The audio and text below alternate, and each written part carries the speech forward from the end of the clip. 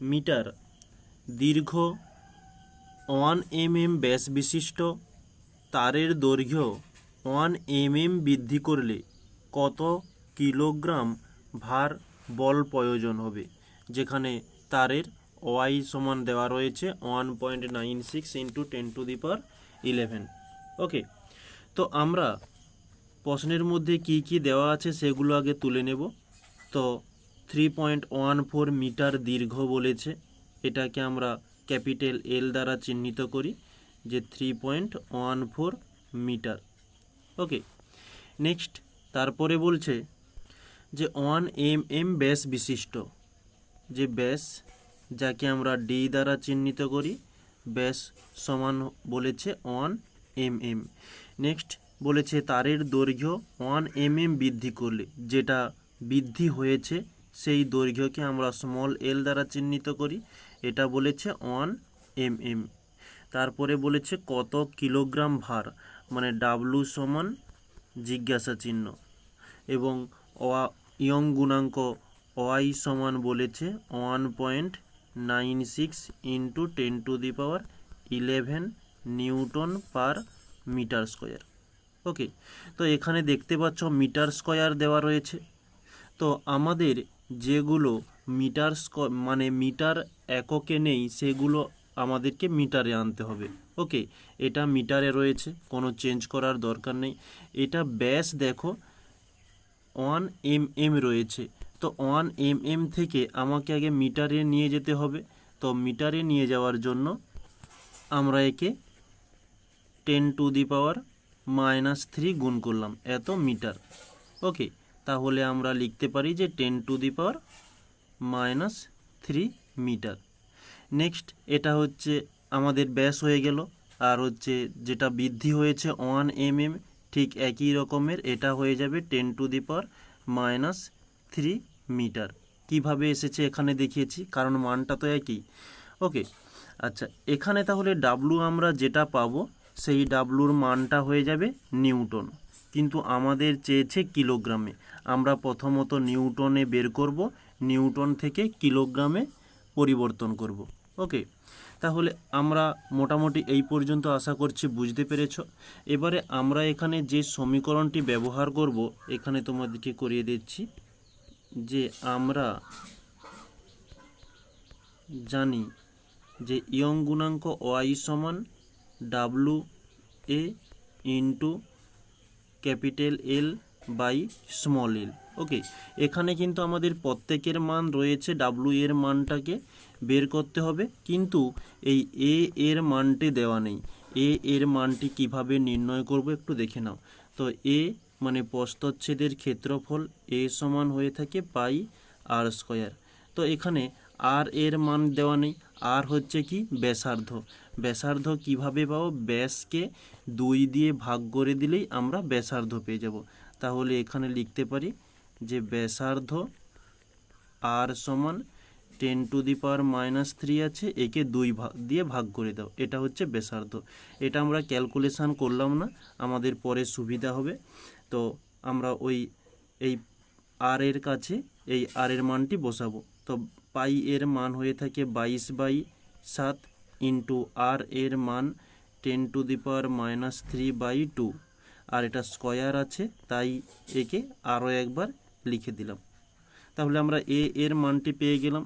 তো এখানে আমরা তাহলে এ এর মানটা বসিয়ে দিলেই আমরা ডাব্লু এর মানটা পেয়ে যাব।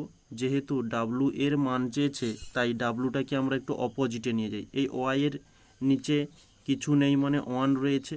তাহলে এই এ এল এর সঙ্গে ওয়াই কোণাকোণি গুণ করলে আমরা পেয়ে যাব কি, যে ওয়াই এ এল সমান এদিকে কোণাকোণি গুণ করলে 1 এর সঙ্গে ডাব্লু এল এর পেয়ে যাব W/L।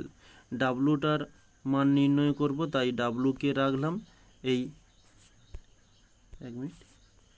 এই এলকে অপোজিটে নিয়ে আসব, এখানে গুণ আকারে আছে, এদিকে এলে ভাগ আকারে চলে আসবে। তাহলে আমরা পেলাম কি Y A small L by capital L. তো আমি তোমাদের বোঝানোর জন্য একটা স্টেপ করলাম, তো তোমরা সরাসরি ডাব্লু এর মানটা বের করতে পারো। ওকে, এবারে আমরা এখানে মানগুলো পুট করব। ওয়াই এর মান কত দেওয়া ছিল, যে 1.96 ইন্টু 10⁻11 ইন্টু এ এর মান কত, যেটা আমাদের বেরিয়েছিল 22/7 ইন্টু 10⁻³ ছিল, ইন্টু 10⁻³ ছিল। ওকে, তাহলে এল এর মানটাকে পুট করব, যে এল এর মান কত, এটা হচ্ছে এ এর মান বসিয়ে দিলাম। এল এর মান নির্ণয় করেছিলাম এই যে 10⁻³ তাহলে 10⁻³ আবারও দিয়ে দিলাম। এবারে নিচে হচ্ছে ক্যাপিটাল এল এর মান কত, আমাদের এই যে ক্যাপিটাল এল এর মান 3.14, তো 3.14 দিয়ে দিলাম। ওকে, এবারে আমরা দশমিকগুলোর কাজ করব। উপরের দশমিক তুলে দশমিকের পরে দুটি সংখ্যা রয়েছে, তাই একের পিঠে দুটি শূন্য দিলাম। এদিকের দশমিক তুললে দশমিকের পর দুটি সংখ্যা, তাই একের পিঠে দুটি সংখ্যা দিয়ে দিলাম। উপরের দুটি শূন্য, নিচের দুটি শূন্য কেটে গেল। ওকে, এবারে আমরা যদি এটাকে কাটাকাটি করি, কি পাচ্ছি, 2 লং 18, 2 8 16, এদিকে দিলে 2 একে 2, 2 5 10, 2 7 14। ওকে, আবারও আমরা এখানে 2 আছে, 2 দিয়ে দিতে পারি, 2 একে 2, 2 একে 2, এদিকের যে 2 আছে একে কাটাকাটি করতে পারি, 2 4 8, 2 লং 18, এদিকে 7 আছে, 7 7 49। তাহলে আমরা এই পর্যন্ত কি পাচ্ছি, আর সম্ভবত কাটাকাটিটা যাচ্ছে না, তো উপরে রয়েছে 7 ইন্টু, আচ্ছা আর একটা তোমাদের ক্যালকুলেশান দেখিয়ে দিই। এখানে দেখো 10-এর মাথাতে +11 রয়েছে, কিন্তু এদিকে দেখো 10-এর মাথাতে -3 -3 তিনটে -3কে যোগ করলে আমরা পেয়ে যাব -9। এই -9-এর সঙ্গে এদিকের +11 কাটলাম। কিভাবে?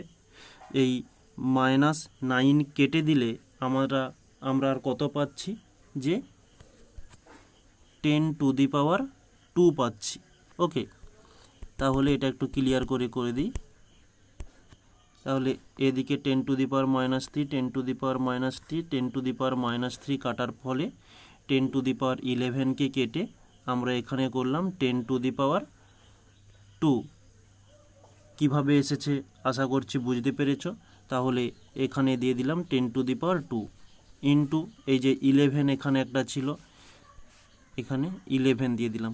আর মোটামুটি উপরে কোনো কিছু নেই, নিচে থাকার রয়েছে 157।